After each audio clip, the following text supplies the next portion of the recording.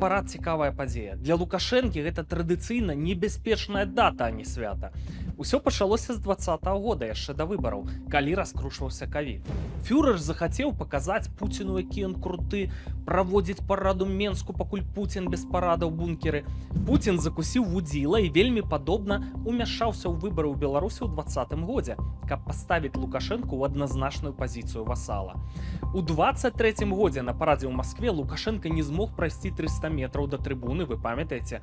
Падвозілі машынай, сядзеў як на цвіках з няшчасным хворым выглядам. Ягонае кепскае здароўе тады не абмяркоўваў толькі лянівы. І вось парад у Маскве 2026. Фармат абы правесці.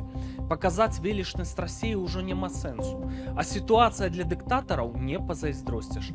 Цягам вайны ва ўкраіне, якая ўжо працягваецца даўжэй за Вялікую Айчынную, перамогу ў якой яны адзначаюць, Пуцін не змог захапіць нават Данецкую вобласць. Сёння для выжывання яму крытычна патрэбныя Лукашенка і беларускі плацдарм. А Лукашэнку гэта не патрэбна. Ён будзе імітаваць, выкручвацца, Пуцін пра гэта ведае. І як бы з Аляксандрам Рыгоравічам чаго не здарылася, у Менску па вяртанні з гэтага парада, вось што цікава.